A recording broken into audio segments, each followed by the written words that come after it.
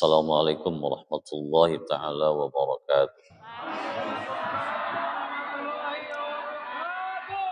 Alhamdulillahirabbil alamin wal aqibatu lil muttaqin wala udwana illa 'alal zalimin. Wassalatu wassalamu ala sayyidina Muhammadin asyrafil anbiya wal mursalin wa ala alihi washabbihi ajmain. Qala Allah ta'ala fi kitabihil karim, a'udzu billahi minasyaitonir rajim. Wa may ya'shu 'an dzikrir rahmani nuqayyid lahu syaitanan fa huwa lahu qarin. Wa qala aydan fi surati Al-Anfal ayat 38, Qul lil ladzina kafaru iyantahu yughfar lahum ma qad salaf wa ya'udu faqad madat sunnatul awwalin. Sadaqallahul azim wa sadaqa rasulul karim wa nahnu ala dzalika minasyahidin wasyakirin walhamdulillahirabbil alamin. Salam takzim takrim tahiyatul Islam, puji dan syukur kita panjatkan kepada Allah Rabbul Ghafur. Salawat beserta salam selamanya terlimpah curah kepada Nabi Agung kita Nabi Muhammad sallallahu alaihi wasallam, para sahabatnya, keluarganya, tabi'in, atba'ut tabi'in, hingga umat akhir zaman, malah kita sekalian menunggu datangnya syafaat beliau di hari kemudian. Pentingnya introspeksi diri, baik zahir untuk batin, baik zahir ataupun batin, kita penting introspeksi untuk mengoreksi. Cuma yang menjadi pertanyaan, introspeksi itu zahir dulu apa batin dulu?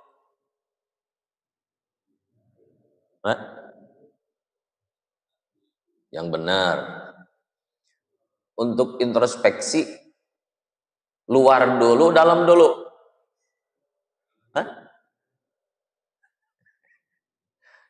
Dalam luar, dalam luar, luar dalam. Yang lebih kita dahulukan idealnya adalah introspeksi itu dalam dulu. Ya. Tetapi kebanyakan dalam praktek introspeksi itu kita baru bisa mendahulukan luar. Contoh, ya dicontohin ya. Untuk kesehatan jasmani dan kesehatan rohani, hampir-hampir yang kita perhatikan itu untuk kesehatan rohani mah hampir-hampir dilupakan. Tapi untuk kesehatan jasmani, mudah-mudahan Pak Haji Ismet yang lagi kurang sehat disehatkan oleh Allah Subhanahu wa taala, kembali sehat, semula asal sehat disehatkan lagi. Dicabut penyakitnya menjadi sehat. Amin ya Allah ya rabbal alamin. Allahumma rabban nas adzibil ba'sa isfi anta syafi la syifa illa syifauka syifaan la yughadiru saqama. Al-Fatihah. A'udzubillahi minasyaitonir rajim. Bismillahirrahmanirrahim. Alhamdulillahirabbil alamin.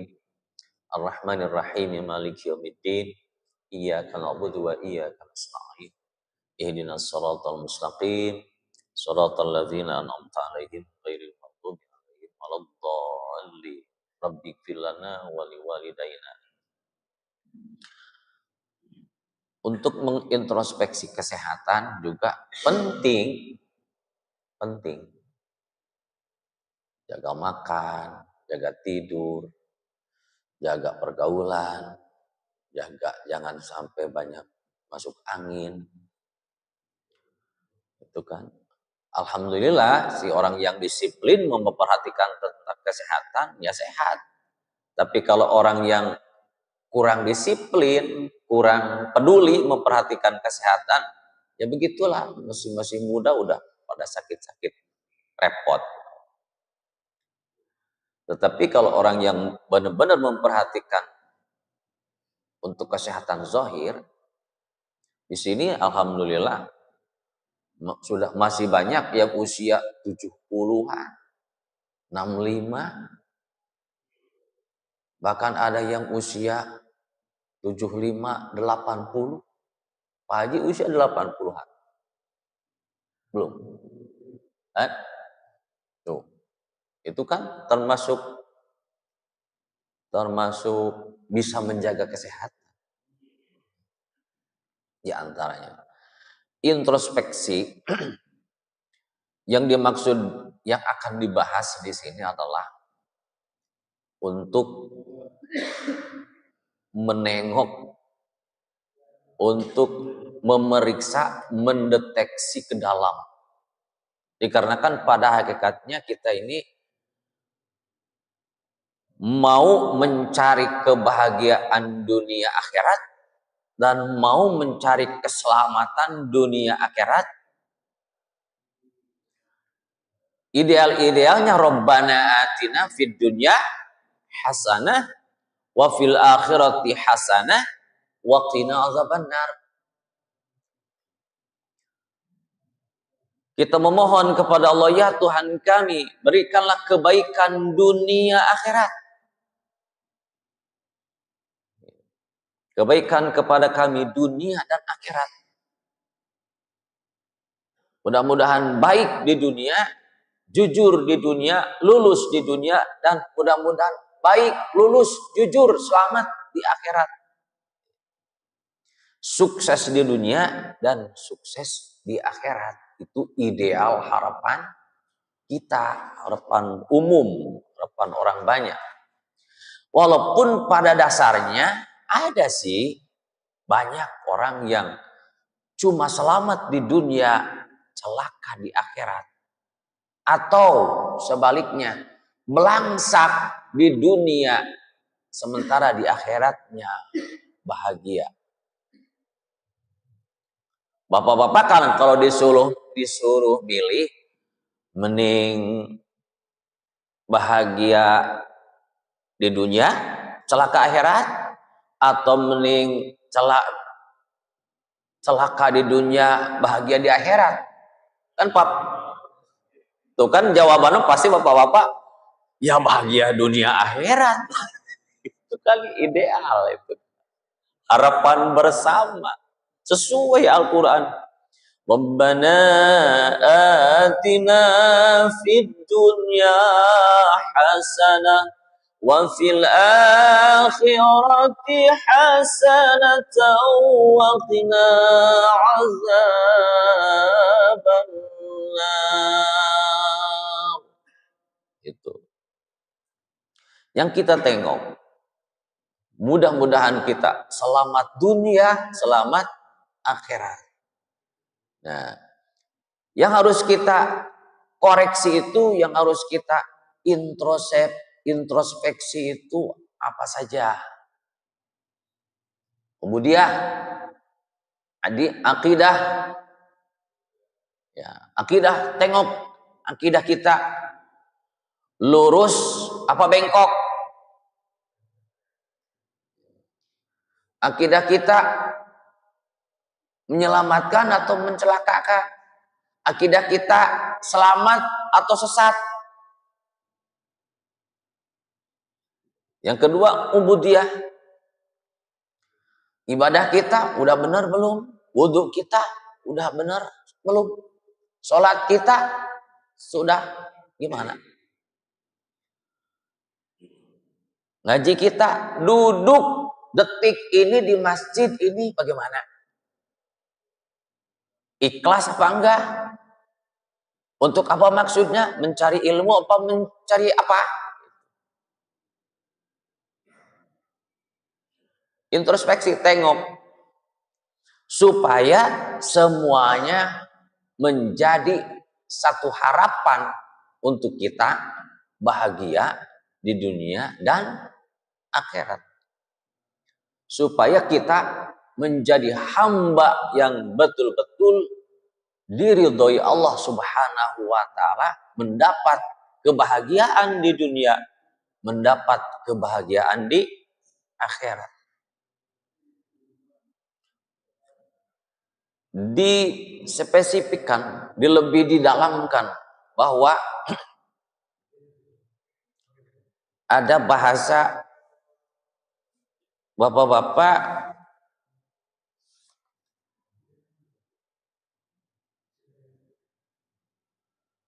yang kita lakukan ini adalah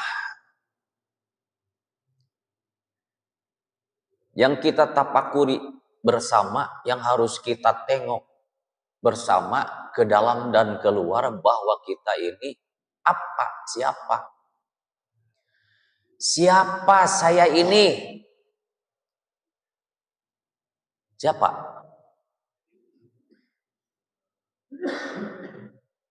Aku ini, saya ini adalah isi. Saya ini adalah manusia. Manusia diciptakan oleh Allah Subhanahu wa taala untuk apa? Untuk menghamba, untuk mengabdi. Sementara penghambaan kita sudah betul apa belum? Kita sekalian,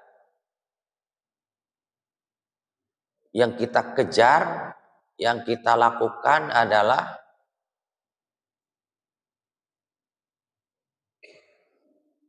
kalimat yang sakti.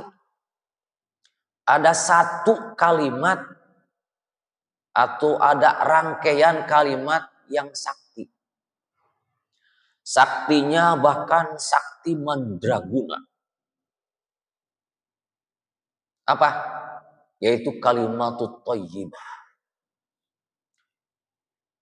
Kalimatut thayyibah itu adalah kalimat yang sangat sakti. Saktinya sakti mandraguna. Istilah pawayangan mah. Sakti kabina-bina cek Sunda. Sakti banget kata orang Betawi. Cek orang Ciamis saksi apa? Sakti pisan sih eta mah. Kalimat thayyibah itu adalah kalimat yang sangat sakti. Apa kalimat thayyibah? Apa kalimat thayyibah itu? Adalah la ilaha illallah Muhammadur Rasulullah lengkapnya. Rangkaian dengan musyahadah, dua kalimat syahadat, asyhadu an la ilaha illallah wa asyhadu anna Muhammadar Rasulullah.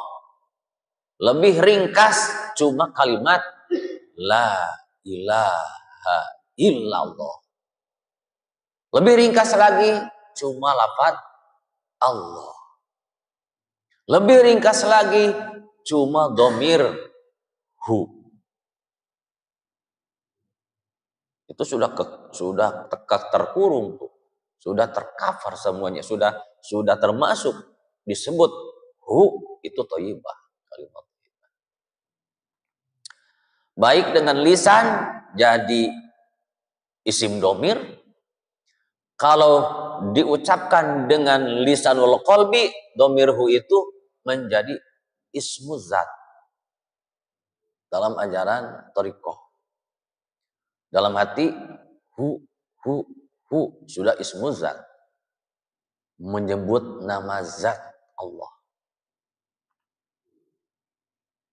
Yang isinya tidak ada huruf, tidak ada kata, tidak ada suara, tidak ada apa-apa kecuali zat itu sendiri. Coba dengan lisan kita ucapkan, dengan lisan kita, dengan lisan batin kita, dengan lisanul qalbi kita ucapkan itu kalimat hu. Ada huruf? Ada suara? Ada kalimat? Pejamkan mata, bismillahirrahmanirrahim. Di dalam hati, dengan lisan hati, ucapkan hu. Dengan lisan hati, bukan dengan lisan ini. 1, 2, 3. Menjamkan mata.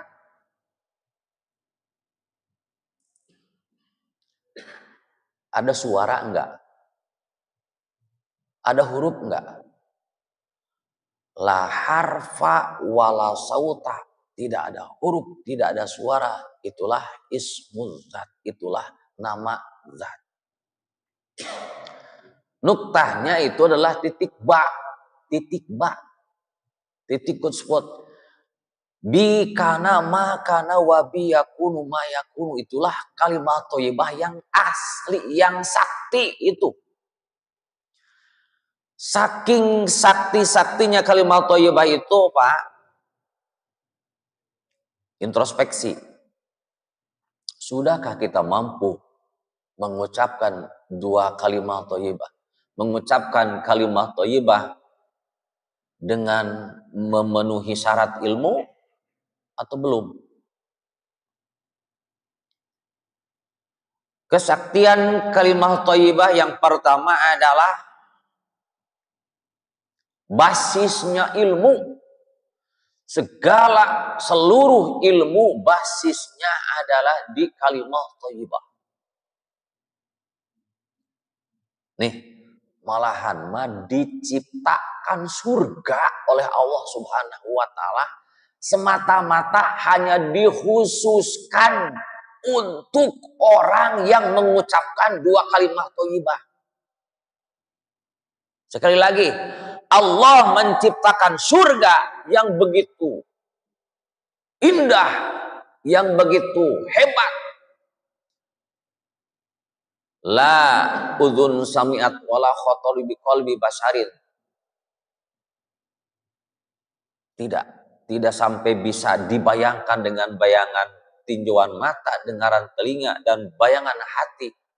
Saking indah-indahnya surga, yang dahsyat keindahannya tidak akan terbayang dengan bayangan otak akal manusia.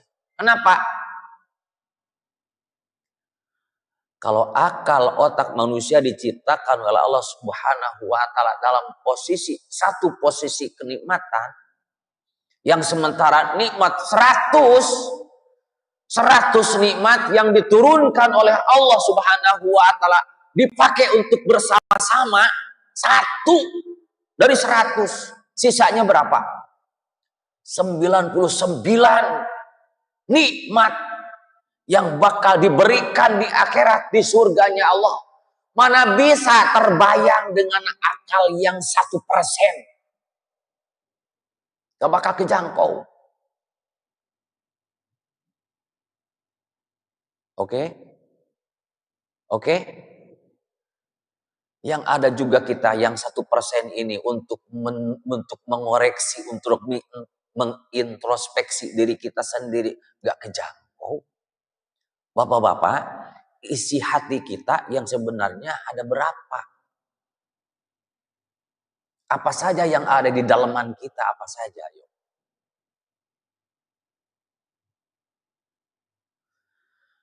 Ada sarang-sarang setan yang senantiasa menggoda manusia. Kalau kita ibadahnya mau hebat di hadapan Allah, penghambaannya mau hebat, itu kita harus bisa mampu menggempur 7 titik.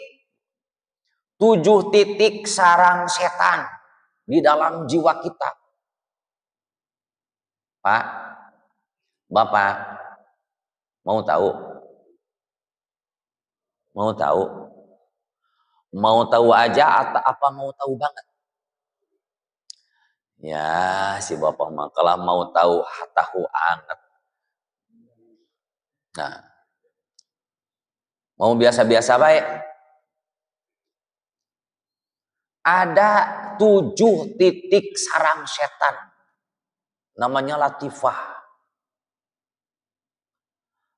Latifah itu artinya lelembutan.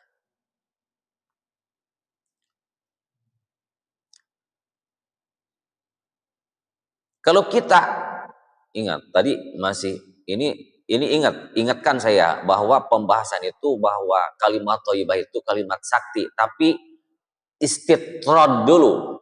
Istitrad itu adalah koma dulu di sana belum titik, masuk ke latifah dulu. Dikarenakan di sana kalau kita mau memasang kalimat thayyibah yang begitu sakti, kita harus menggempur dulu sarang-sarang setan yang 7. Demi Allah tidak mungkin bisa menembus kalimat thayyibah yang sakti itu apabila kita tidak bisa mujahadah dulu, tidak bisa memerangi iblis setan laknatullah yang bersarang pada 7 sarang itu, pada 7 titik itu. Ingat kan, nanti dikarenakan saya suka lupa. Kembali lagi nanti ke apa? Ke kalimat thayyibah yang sakti itu. Yang pertama, latifatul qalbi. Kalau fisiknya latifatul qalbi itu lelembutan hati. Kalau bukti fisiknya atau materinya itu jantung. Bapak punya jantung? Ada? Ya semuanya orang punya jantung lah. Hewan pun punya jantung. Ya. Termasuk itu cau oge punya jantung. Pisang punya jantung. Apalagi kita manusia. Kita punya jantung. Ingat di jantung itu ada 3 karakter. Di sini ya jantung gak? Ada 3 karakter jelek yang dipakai sarang setan di jantung itu. Yang pertama, an-nafsu, nufus, jiwa yang jelek. Nah makanya nafsu itu di dalam Al-Quran dijelaskan ada 3. Dijelaskan oleh para ulama mufassir itu ada bahkan ada sampai 7, ada sampai 5 mentafsirkan nafsu. Termasuk yang di dalam Al-Quran adalah nafsu amarah, nafsu lawamah, dan nafsu mutmainnah. Idealnya nafsu itu harus tunduk menjadi nafsu mutmainnah yang dipanggil oleh Allah di dalam surah Al-Fajr akhir, ya ayat Tuhan nafsul mutmainnah irji'i ila rabbiki radiyatan mardiyah fadkhuli fi ibadi wadkhuli jannati. Itu idealnya. Kita harus pantas dipanggil oleh Allah, wahai hamba-hambaku yang punya nafsu yang luluh, nafsu yang tunduk, nafsu yang sudah betah di dalam ibadah kepada Allah. Saya mau tanya, ibadah kita sudah betah belum? Halo? Ketimbang hujan gerimis juga peot.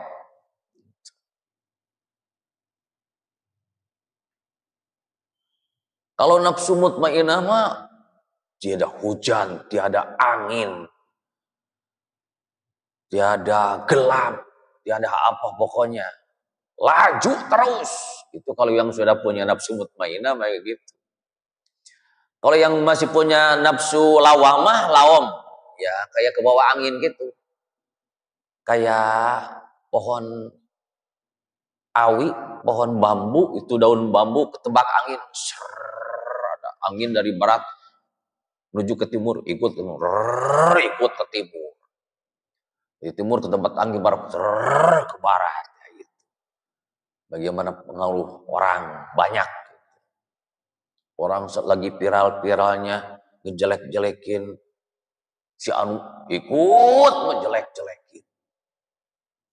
Di medsos rame. Orang yang istiqomah, orang yang punya nafsu mutmainnah enggak terpengaruh. Ngapain mikirin orang? Ngapain ngejibah orang? Lebih baik kita mengintrospeksi diri sendiri, menjelek-jelekin orang. Saya juga belum benar jadi orang. Itu orang yang istiqomah, orang yang nafsunya sudah mutmainnah. Betul Pak, betul. Itu. Tenang, jiwanya orang yang sudah istiqomah, yang sudah nafsunya mutmainnah. Makanya idealnya betul. Lebih celaka lagi orang yang dikuasai nafsu amarah, nafsu syaitoniyah.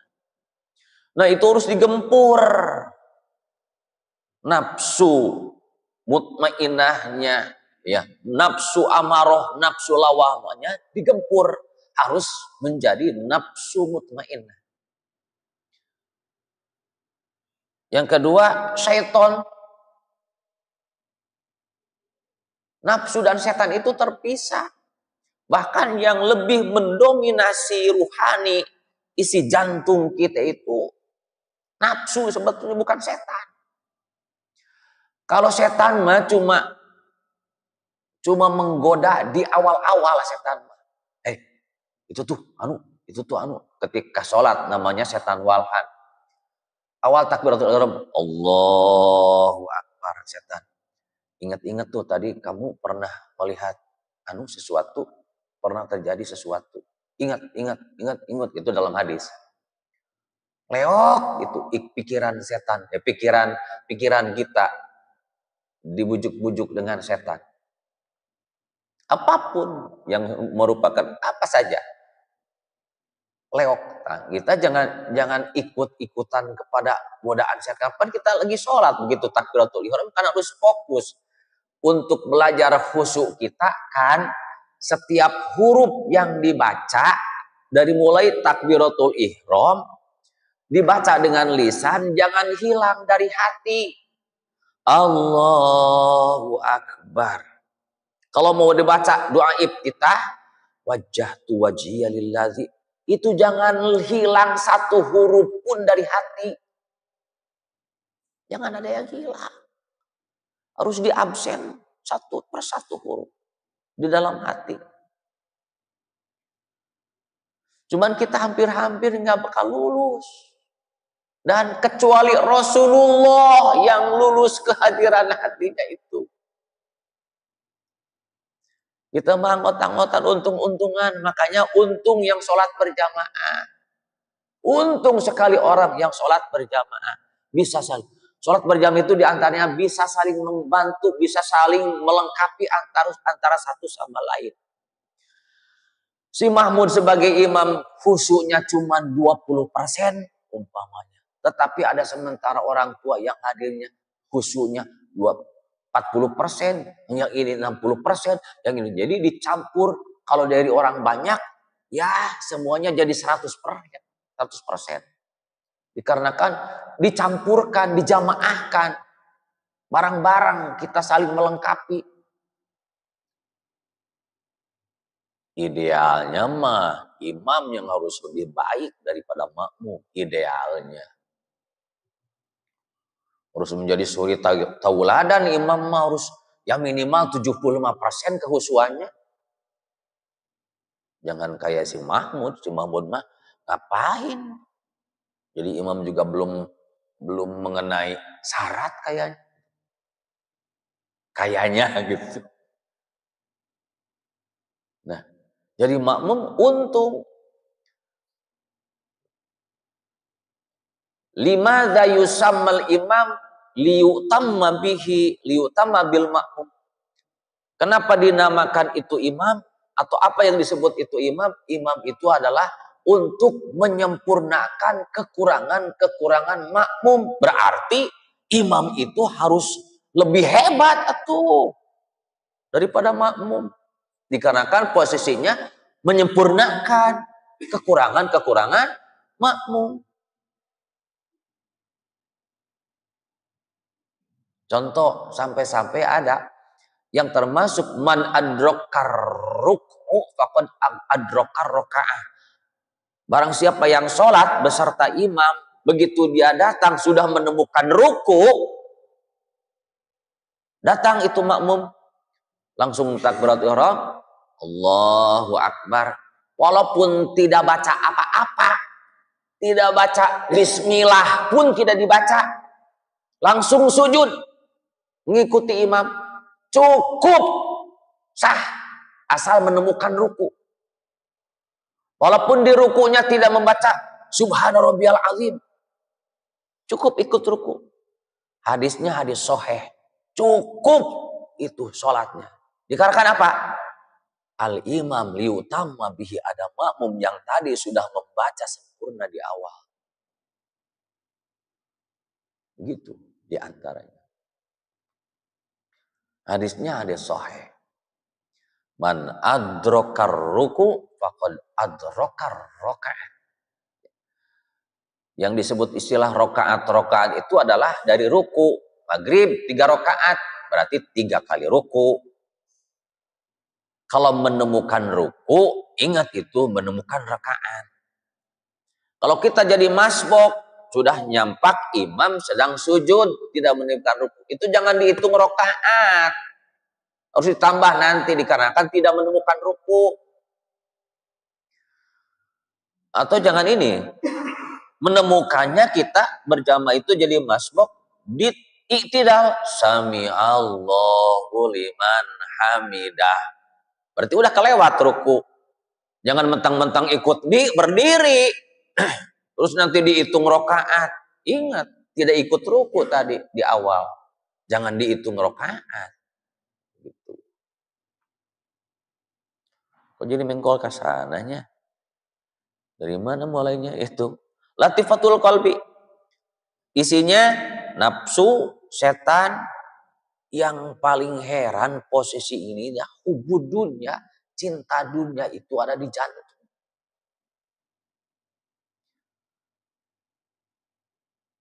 Ya. Zuyyina lin-nasi hubbus syahawati minan nisa'i wal banina wal qanatiril muqantarati minaz zahabi wal fiddati wal khaylil musawwamati wal an'ami wal harth. Zalika mata'ul hayatid dunya. Al-ayah. Zuyyina lin-nasi, dihiasi hati manusia itu hubbus syahwati, mencintai apa yang diinginkan, yang gemerlapan, yang mencrang-mencrang, yang manis-manis, yang cantik-cantik. Kalau cewek senengnya yang ganteng-ganteng, kalau cowok senengnya yang cantik-cantik, memikat. Wal banina, anak-anak. Wal qanatiril muqantarati minal dhahabi, perhiasan emas perak. Wal khailil musawwamati wal anu, kendaraan. Siapa yang tidak megah dengan punya kendaraan?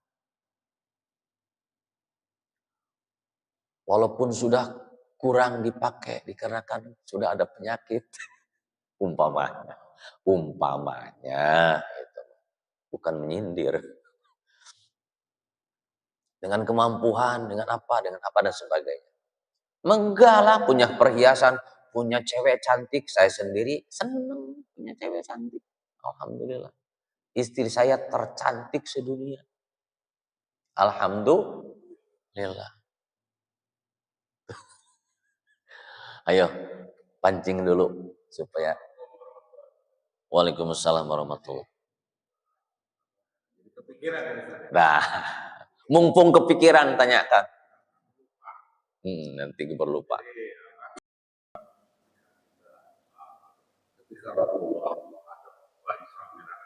Ya.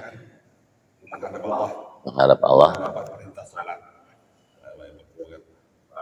Salam pertama yang diucapkan Rasulullah kepada menghadap Allah, at-tahiyatu mubarakatuh sholatu thayyibatulillah. Ya. Sampai selesai. Ya. Mana itu dipastikan dalam bahasa seperti menjadi syarat sholat. Rukun sholat. Pertanyaannya. Ketika Rasulullah Isra Mi'raj, Rasulullah setelah sholat juga bahkan menjadi imam di Masjidil Aqsa sebelum Mi'raj. Bahwa imam para nabi dan malaikat. Iya. Apakah yang dibaca Rasulullah pada saat itu? Bacaan-bacaan sholat sebelum dipastikan.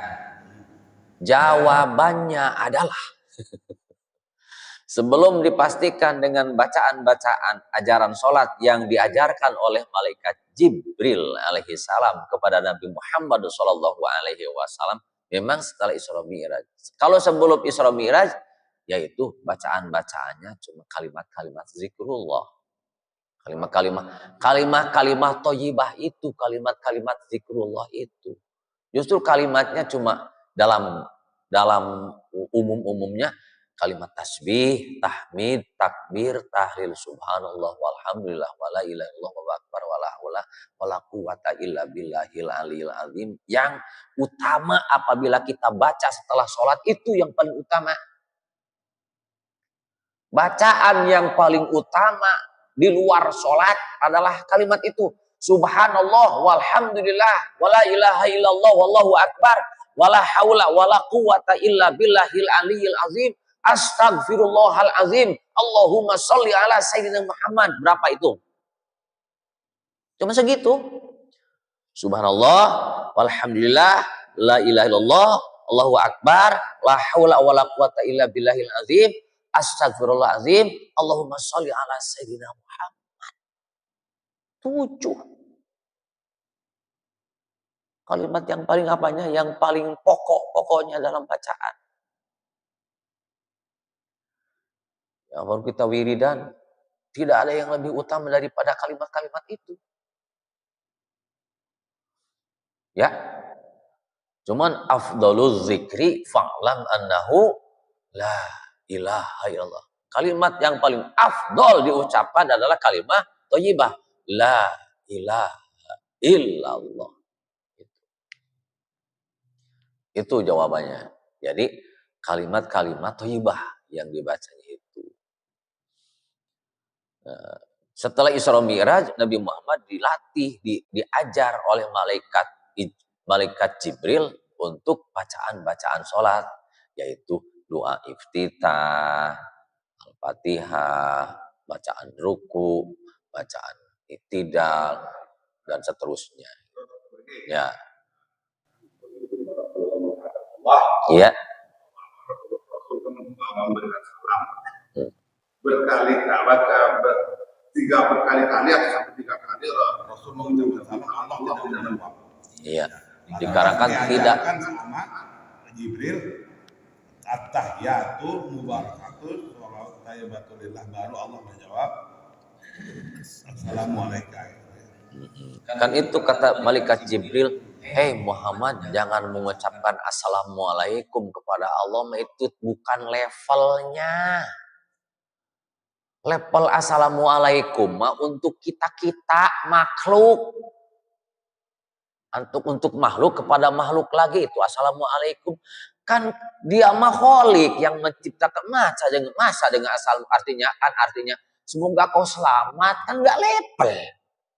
Kan dia yang punya selamat, ngerti nggak? Assalamualaikum kepada Allah. Heran, blow on banget. Nggak level, Pak. Kata malaikat Jibril kepada Nabi, lantas Jibril, apa saja yang harus aku baca? Itulah tasyahud, at-tahiyyatul mubarakatus salawatut thayyibatu lillah. Itu hanya milikmu, wahai rajaku, wahai khalikku, wahai penciptaku, wahai Rabbku. Hanya milikmu segala-galanya, keselamatan, kebahagiaan, keberkahan. Begitu kan yang level? Ngerti enggak? Ngerti enggak ini? Itu. Assalamualaikum. Maka Allah menjawab balik, assalamualaikum. Baru dari Allah kepada Nabi Muhammad, assalamualaikum ayyuhan nabiyyu. Asli-aslinya kalimat keselamatan itu hanyalah untuk Nabi, untukmu Muhammad, asli-aslinya. Gak diberikan kepada orang lain. Dikarenakan satu-satunya yang mampu mengucapkan tahiyah kepada Allah hanya Rasulullah Shallallahu Alaihi Wasallam. Makanya kepada Nabi Muhammad, assalamualaikum ayyuhan nabiyyu warahmatullahi wabarakatuh. Cuma Nabi nggak egois. Setelah ditumplakkan semua salam kehormatan, keberkahan kepada Nabi, Nabi nggak serakah. Bahkan saat Nabi menangis. Assalamu alayna wa ala ibadillahi sholihin. Ya Rob, bukan hanya keselamatan itu bukan hanya untuk bagiku, bukan hanya bagiku, tapi untuk kami semua. Dan seluruh hamba-hambamu yang soleh-soleh semua.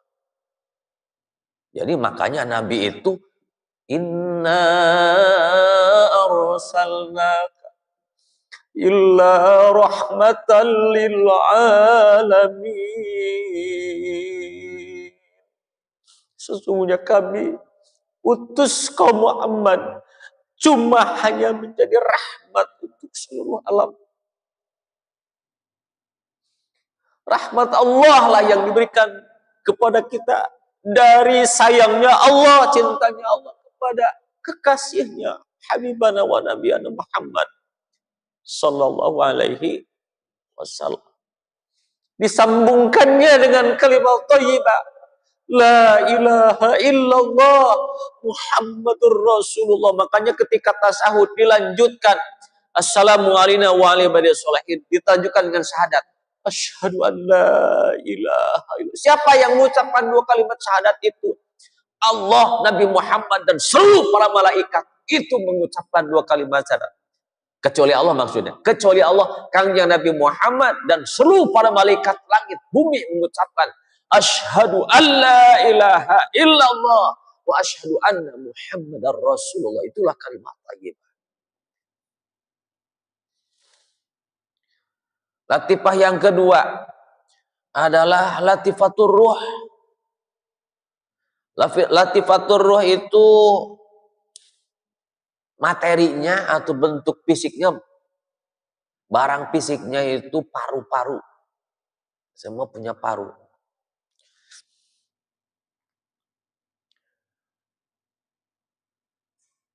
Yang di paru itu ada karakter yang jelek. Yang paling dominan itu adalah karakter hewan, tapi hewannya hewan ternak. Paru itu punya karakter jelek, toma, mau dikasihani kayak hewan ternak. Kayak ayam yang diternak, kayak entok yang diternak, kayak kambing yang ternak, sapi yang diternak. Maunya dikasihani kayak gitu. Toma. Kalau to kan tiga-tiganya huruf itu to, molongo, mau disumpelin. Mim, molongo juga mau disumpelin. Terus ain, calawak juga mau disuapin kayak gitu. Toma. Kalau orang punya sifat toma, itulah melajur sifat parunya itu, ngelajur keinginan parunya kurang baik itu. Paling-paling toma mah cuma satu yang diperbolehkan toma mah, toma kita mengharap ridhonya Allah, titik. Jangan ada lagi tambahan. Jangan banyak keinginan pingin dikasihi orang, pingin disayangi orang, pingin dihormati orang, ingin dimegah-megah, ingin dimulia-mulia sama orang lain, ingin dihargai kata-kata dan sebagainya. Saya ini orang tua loh, hargai aku. Toma. Kayak gitu. Maksudnya itu di paru itu, di latifatir ruh harus digempur dengan kalimat thayyibah. Di latifatul qalbi itu harus digempur. Makanya kalau cara memeraktekan dalam ajaran Thariqah Qadiriyah Naqsabandiyah pada umumnya, yang harus lebih banyak itu kalimat thayyibah yang diungkapkan di dalam latifatul qalbi. Latifah jantung yang posisinya di sini. Jadi, nah itu yang ditanamkannya itu adalah apalagi kalau dikolaborasikan kalimat thayyibah la ilaha illallah dengan dua kalimat Allahnya Allah, Allah dan domirhu satu. Allah, Allahu di dalam hati. Di luarnya la ilaha illallah. Lisan la ilaha illallah, di dalam hati latifatul qalbinya Allah, Allahu. Coba dites. La ilaha illallah tapi dalam hati Allah, Allahu. Allah, Allah dan domirhu. Allah, Allah. La ilaha illallah. Itu paling enak. La ilaha illallah. La ilaha illallah. La ilaha illallah. Lisan la ilaha illallah, dalam hati Allah, Allahu. Jadi hatinya temalaweng kemana-mana. Nanya lagi dong, Ustaz. Oke, boleh. Ini saya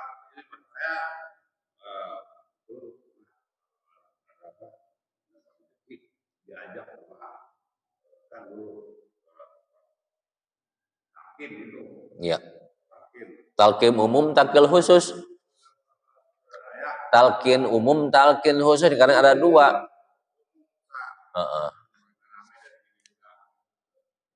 Dari saya pernah mendapat dengan sesuatu ya. Dia itu bilang diajak takinya, tapi masalah tadi nggak boleh diajak orang. Ya iya, ya itu katanya itu adalah ilmu yang rahasia yang jangan disampaikan. Kalau mau harus ke sana dulu itu. Ya, itu dikarenakan diajarkan dalam talqin, diharewoskan dalam talqin begini. Bolehkah saya membicarakan seperti ini? Siapapun boleh betulnya. Ngap. Begini kalau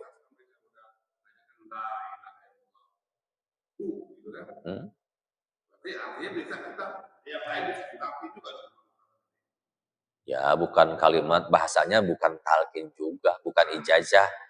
Yang termasuk ijazah yang munqati, dikarenakan seperti ngaji Quran ada talaki, ada talaki umum, adalah talaki khusus. Talaki umum itu adalah saya baca Bismillahirrahmanirrahim, terus bapak-bapak ikutan Alhamdulillahirabbil alamin. Jadi satu kali saya bareng itu talaki juga, tetapi itu namanya talaki umum.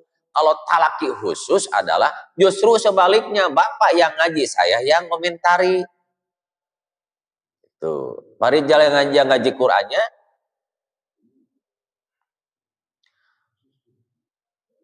Kalau khusus ya datang ke mursyid,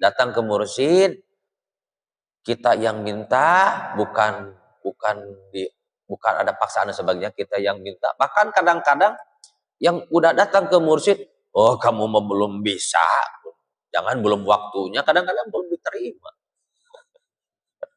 Belum bisa kamu mah, ya kurang dewasa, 3 tahun lagi ya sampai gitu. Kenapa?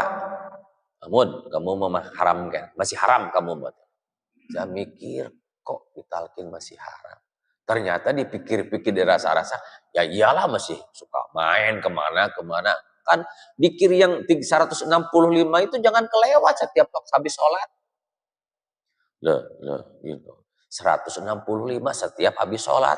Kalau orang kerja, kayak Pak Tatang, nggak bisa lah. Sibuk.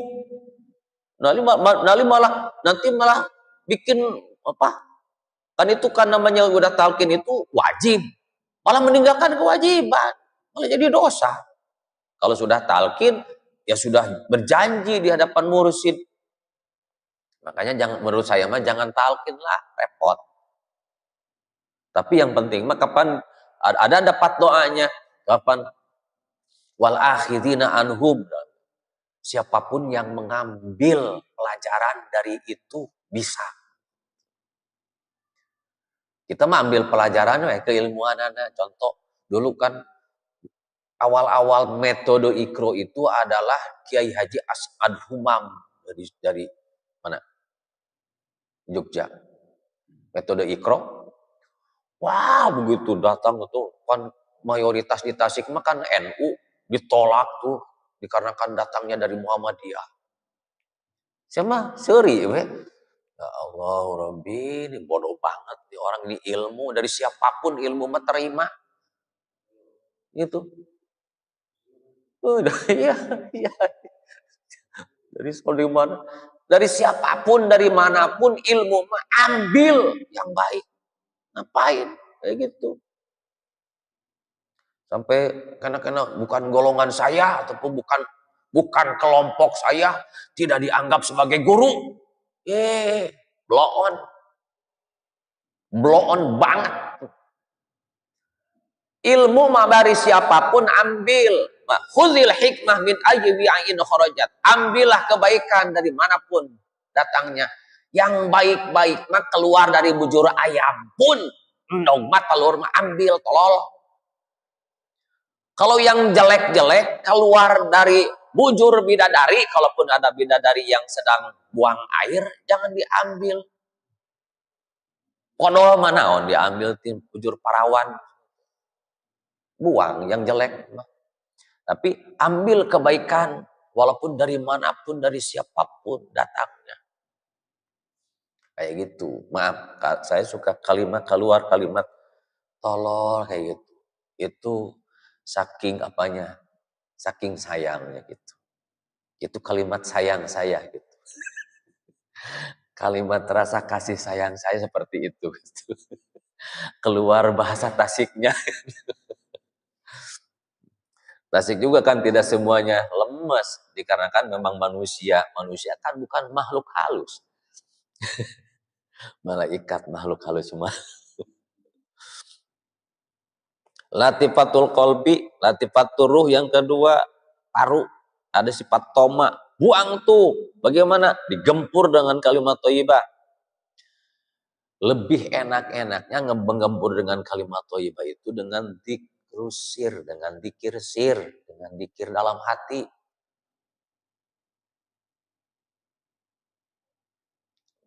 Minimal berapa? 3 putaran tasbih. 3 putaran. Kalau 3 putaran berarti 300. Itu minimal, kata guru saya. Minimal 3 putaran. Bangun saja. Kedul-kedul ting. Itu kalimat apanya? Allah-Allahunya. Cuman ininya, lidahnya dilipat ke dalam. Ditilep ke dalam. Dan kali-kali ditahan napas. Cuma jangan ditahan napas terus nanti malah mati. Kalau ditahan napas terus-terusan. Begini kan. Tahan sampai 10.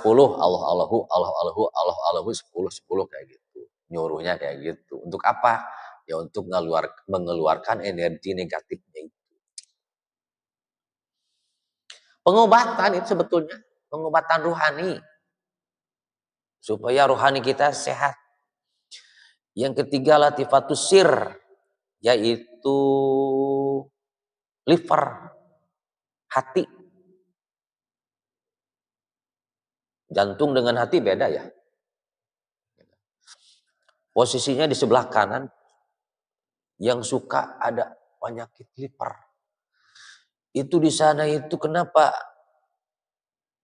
Di sana ada amaroh.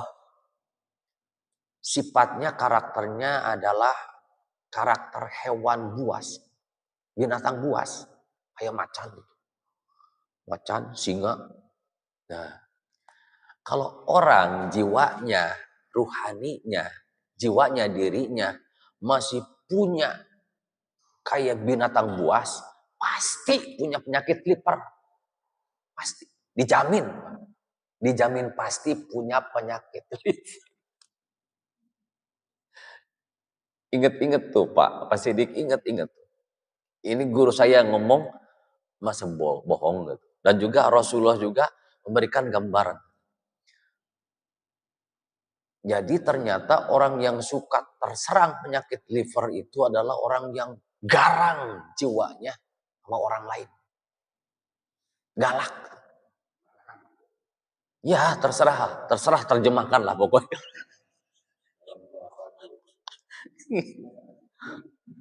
Itu. Oh ya. Dan itu rata-rata di kaum ibu umpamanya di zaman sekarang. Di kaum ibu, di ibu-ibu.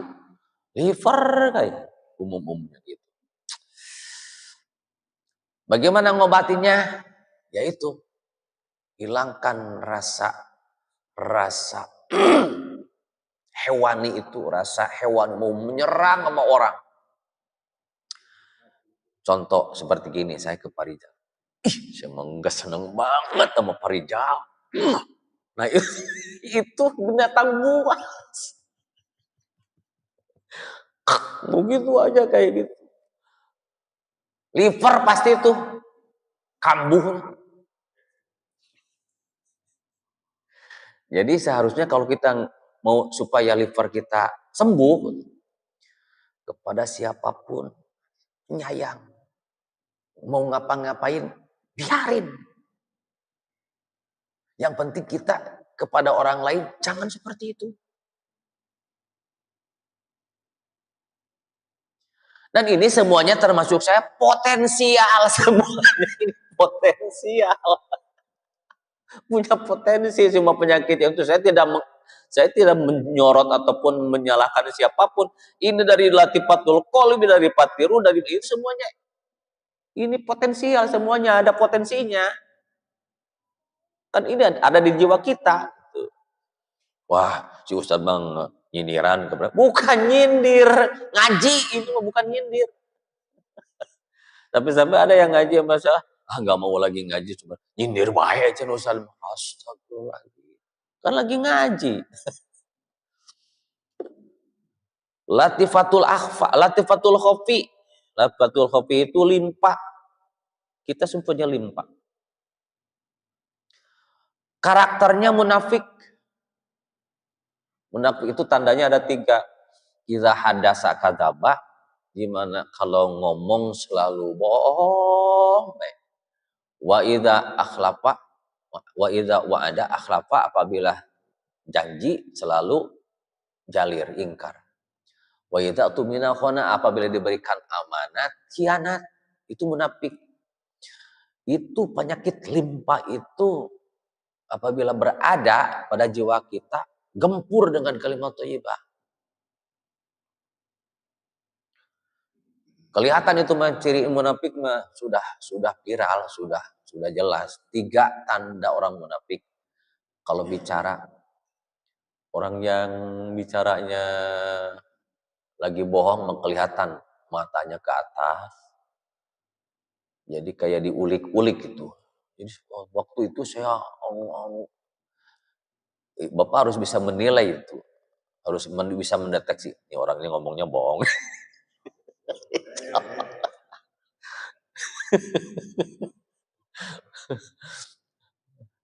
Saya termasuk orang yang sedikit belajar psikologi otodidak.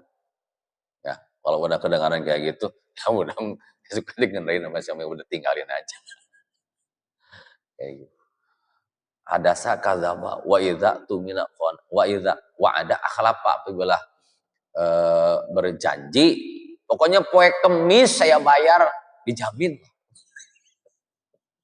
Pas Kemis nggak ada, Jumat nggak ada, Sabtu nggak ada. Mana nih orang? Kalau kita mau janji kepada orang, jangan menentukan waktu. Dan kalaupun menentukan waktu, upamanya dikaitkan. Iya, saya kalimatnya awalkan dulu insya Allah. Insya Allah saya bayar utang itu hari Kamis. Kenapa saya bisa janji hari Kamis?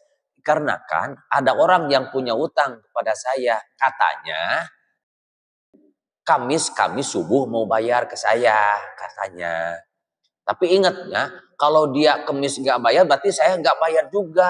Harus ngomong gitu, harus jelas. Supaya orang tidak menunggu-nunggu. Oh iya, berarti ini belum tentu juga. Dan juga kalimat insya Allah jangan dipakai untuk suka menutupi kebohongan. Atau sebaliknya, kamu jangan insya Allah dong, harus pasti. Belum lagi tuh orang. Allah yang nyuruh dalam surah Kahfi, wala taqulanna li syai'in illa fa inu dzalika ghada illa Allah wazkur rabbaka idza nasita faqul asa ayyahdi rabbi li aqrab min hadza rasyada. Kan ketalar surah Kahfi-nya. Sebagian minimal 10 ayat mah tuh paksakan. Tuh kalimat talar lagi keluar. Hafalkan kalimat ayat-ayat yang supaya itu dipaham. Hafalkan surah Al-Kahfi minimal 10 ayat. Wala taqulanna, jangan sekali-kali kamu ngomong Muhammad kepada Nabi li syai'in untuk menjanjikan sesuatu. Fa'ilun dzalika goda, aku akan kerjakan besok. Illa ayyasha Allah, kecuali apabila Allah menghendaki.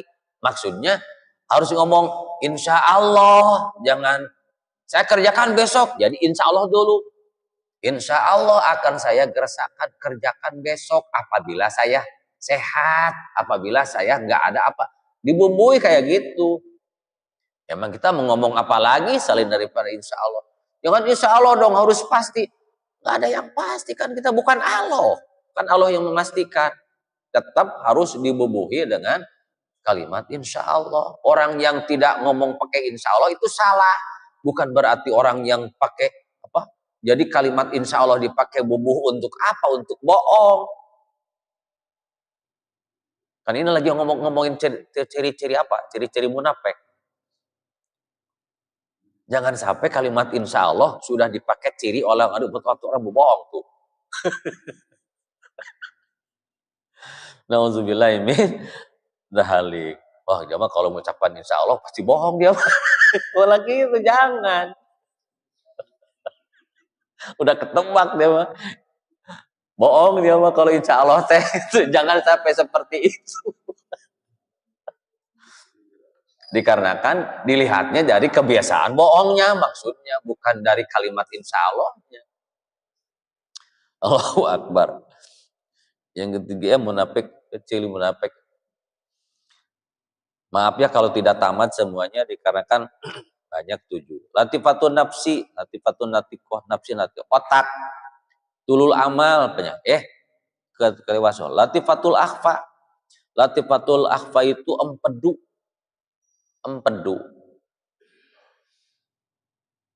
Empedu itu kan penghancur sebetulnya, tapi kadang-kadang di dalam empedu ada batu. Kenapa ya? Ada batu empedu ya? Ada. Kan sebetulnya itu batu untuk menghancurkan segala yang keras itu sebetulnya empedu. Tapi kenapa di dalam empedu ada batu? Itu penyakit. Ternyata di empedu itu penyakitnya adalah takabur dan ujub. Kalau ada takabur dan ujub memang karakter empedu, pasti itu empedunya ada batunya. Ada penyakitnya.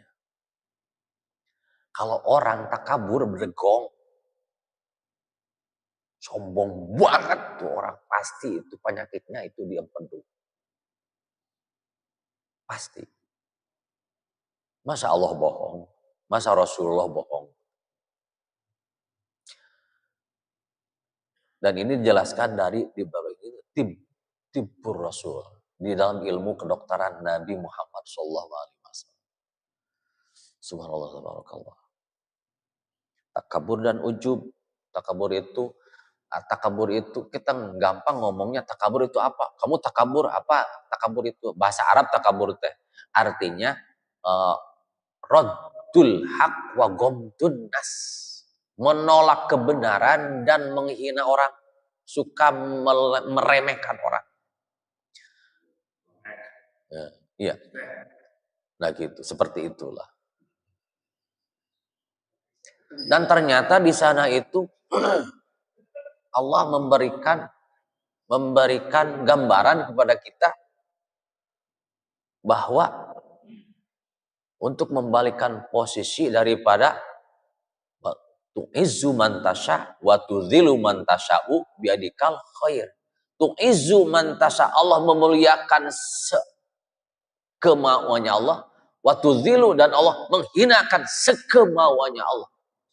Biadikal khair, di tangan kebaikannya kebaikan, di tangannya lah segala kebaikan. Innaka ala kulli syai'in qadir. Sungguhnya qala Maha yang memberikan segala sesuatu, Maha kuasa atas segala sesuatu. Pokoknya kita jangan terlalu banyak mengeksploitir orang lain di dalam kondisi kita muhasabah atau introspeksi. Kita jangan selalu terus-terusan mengeksploitir orang lain sementara banyak sekali kesalahan, kelemahan yang ada pada jiwa kita, pada diri kita. Penyakit-penyakit rohani, penyakit-penyakit batin yang ada pada jiwa kita, pada diri kita. Bahkan kalau Imam Sayyidina Ali karramallahu wajhahu, kalau melihat orang yang sedang ahli ibadah menangis karena dia mau seperti dia. Kalau melihat orang yang sedang maksiat menangis juga karena dia takut dimarahi atau dibenci oleh Allah. Jadi tidak ada istilah ketika ibadah ketawa, ketika diberi apa. Jadi dalam kondisi apapun Sayyidina Ali selalu menangis. Sayyidina Ali karramallahu wajhah. Melihat orang anak kecil menangis, melihat orang tua menangis, melihat orang yang lagi maksiat menangis, melihat orang yang lagi taat menangis. Tapi bukan berarti lembek itu namanya. Bukan berarti cengeng. Dia mau cengeng banget, bukan berarti Sayyidina Ali itu cengeng gitu. Enggak, Sayyidina Ali itu gagah banget. Besi juga diprongkolkan, dikalungkan ke lehernya Raja Ammar Amiri. Besi segede betis dengan kalimat thayyibah. Allah, langsung dikalungkan ke itu. Sayyidina Ali gagah. Sayyidina Ali orang yang mau membunuh Rasulullah juga sorry disimpan Sayyidina Ali. Tidur aja Ali, kamu di tempat tidur aku. Pas begitu dibuka, yang datang Ali, wow, ini mah bukan untuk uang, jadi ini mah penyakit. Langsung daripada dikarenakan kalau membunuh Rasulullah 100 ekor unta. Kalau membunuh Sayyidina Ali, wah, penyakit ini macam. Pada lari semuanya takut. Oleh Sayyidina Ali mah pada takut. Dikarenakan kalau dibunuh pun nggak jadi duit, malah jadi penyakit. Latifatul akhfa, isinya takabur. Empedu, isinya takabur dan ujub. Terus latifatul nafsi natiko, otak. Otak itunya penyakitnya tulul amal. Angan-angan terus. Angan-angan. Wah, nanti pokoknya di TikTok juga hari ini katanya 30 juta. Masih ketipu, aki-aki masih anu ketipu ku TikTok. Saya lagi Mbak Imwong bobodo 20 juta. Ayo sampai ada nelpon Pak. Itu kumaha cenah teh cenah kamu bodoh aja si Mbak Imwong.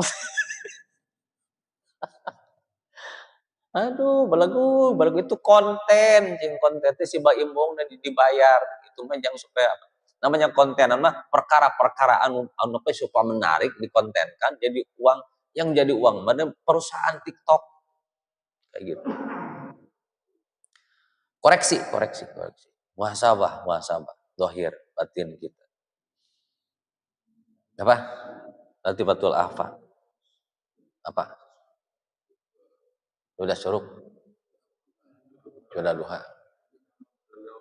Sudah lewat ya. Latifatul kulli dan seluruhnya setengahnya lagi masih belum membahas. Mudah-mudahan ada manfaatnya. Ingat lagi tadi kembalikan ke kalimat thayyibah itu yang sakti. Surga diciptakan oleh Allah Subhanahu wa taala khusus untuk orang yang mengucapkan la ilaha illallah. Seperti neraka juga khusus oleh Allah diciptakan untuk orang yang menolak la ilaha illallah. Dan diciptakan neraka oleh Allah Subhanahu wa taala untuk membersihkan dosa sebelum masuk surga. Untuk orang yang berdosa, mukmin tetapi punya dosa, digilas dulu, dibersihkan dulu di dalam neraka.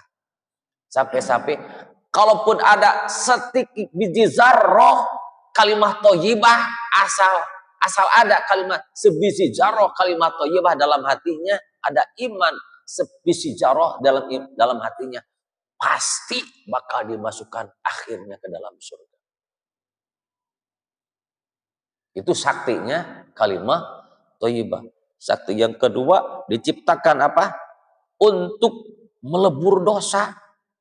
Kalimat thayyibah itu berdosa, kafir, murtad, musyrik 70 tahun, begitu masuk Islam lebur semua dosanya. Asyhadu alla ilaha illallah wa asyhadu anna muhammadar rasul. Dosa kekufurannya, kemusyrikannya dan sebagainya habis, dia masuk Islam. Tuh. Di dalam surah Al-Anfal ayat tadi terakhir dibaca sekaligus sebagai penutup, ayat 37. Qul lil ladzina kafaru, katakan pada orang-orang kafir, iyantahu yughfar lahum ma qad salam. Iyantahu yughfar lahum ma qad salam. Jika mereka berkehendak, jika mereka berhenti dari kekalahan, jika mereka berhenti dari kekufurannya, dari pembangkanya, yughfar lahum ma qad salam, akan diampuni seluruh dosa. Ingat, apabila mereka golongan-golongan Abu Sufyan, golongan-golongan yang membangkang kepada, apabila kamu berhenti dari kekufurannya terus masuk Islam, semuanya dibersihkan dosanya. Itu janji Allah. Yughfar lahum ma qad salam. Wa iya'udu faqad madat sunnatul awalin. Apabila mereka kembali lagi kepada kekufuran, ya kembali lagi kepada siksaan. Nauzubillahi min dzalik. Sementara sifat kita, kebiasaan kita, kemarin beriman, sekarang kufur. Sekarang beriman, besok kufur. Itu ya terus-terusan kita. Makanya wajib ngaji. Supaya apa? Supaya terus-terusan disipuh, supaya terus-terusan kedeteksi iman kita. Wallahul muwaffiq ila aqwamit thoriq. Wassalamualaikum warahmatullahi wabarakatuh. Sallallahu ala Muhammad.